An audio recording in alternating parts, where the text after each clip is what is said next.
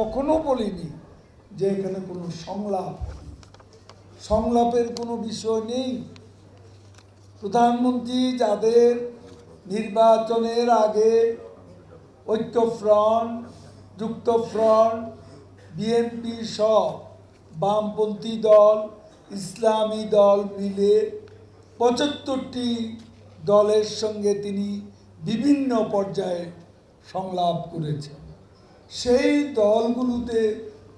দলগুলোকে তাদের নেতৃবৃন্দকে আবারও গণভবনে তিনি আমন্ত্রণ জানাতে চান শুভেচ্ছা বিনিময়ের জন্য। আমন্ত্রণ জানানোর অর্থ সংলাপ নয়। আর সংলাপ, নির্বাচন নিয়ে সংলাপের কোনো প্রয়োজনও নেই। এ নিয়ে ধূম্রজাল কেন হবে? আমরা তো সংলাপ শব্দটি উচ্চারণ করি। বলা হয়েছে গণভবনে নামছি, আমন্ত্রণ করবেন, শুভেচ্ছা বিনিময় করবেন, একটু আপ্যায়নেরও ব্যবস্থা থাকবে। এটা ছিল আমাদের কথা। এখানে ধূম্রজাল কেন হবে? সংলাপ কেন হবে? সংলাপের কি প্রয়োজন?